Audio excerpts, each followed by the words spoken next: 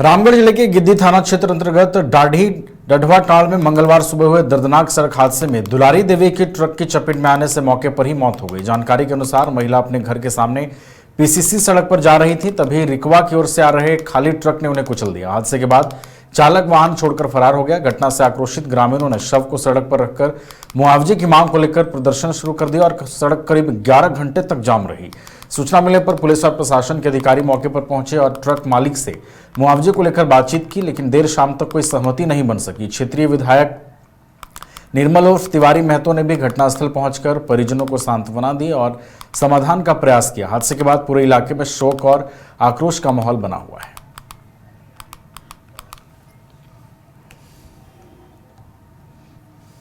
उठे हम बोले कि मम्मी से बकरी खोलनी है और बोले कि नहीं सबल आप जाइए बकरी को खोल दीजिए, हम मैंने बाथरूम से आते हैं। बकरी खोलते फिर बाथरूम में उधर गए तालाब से उधर लौटने क्रम में कुछ दूर आने के बाद आवाज आया, इधर से चिल्लाने का आवाज आया।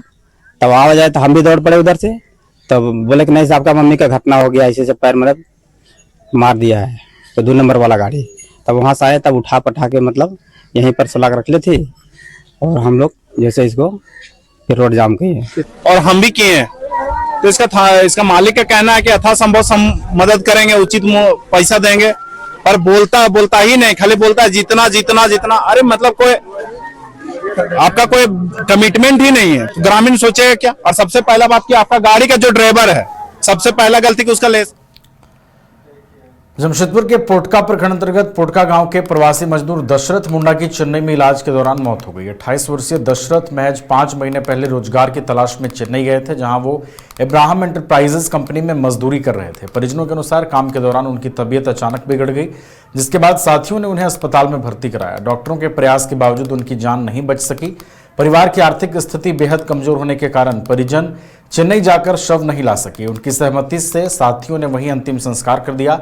मृतक की पत्नी रानी मुंडा ने कंपनी से उचित मुआवजा देने की मांग की है। वहीं समाजसेवी शंकर मुंडा ने राज्य सरकार और कंपनी प्रबंधन से पीड़ित परिवार को आर्थिक सहायता, मुआवजा और हरसंभव सहयोग उपलब्ध कराने की अपील की है।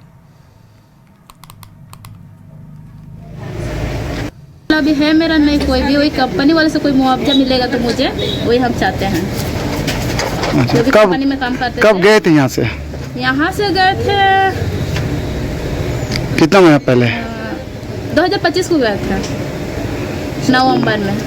2025 नवंबर को गए थे मेरे पति। तो यहाँ काम के लिए दिक्कत होता था, इसलिए बाहर गए। बोले कि हम बाहर काम करने जा रहे हैं चेन्नई। कौन सा कंपनी में था वो तो हमको नहीं पता। पैसा पाया था तो उसका लास्ट लाने नहीं सके, तो हम बोले उधर ही जला दीजिएगा। उधर जला दिया।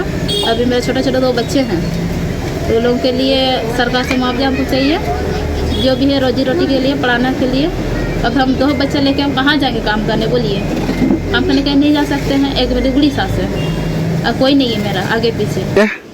कहना ऐसा है कि हमारे पोटका ग्राम निवासी दशरथ मुंडा जो 28 वर्षीय थे, उनका 2 छोटे छोटे बच्चे हैं और उनका एक वाइफ है, एक बूढ़ी माँ है।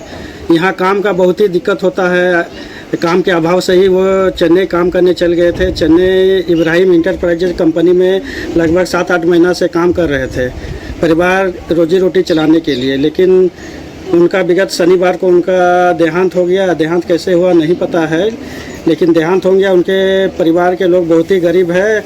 उनके मृत शरीर को लाने के लिए भी उनके पास पैसा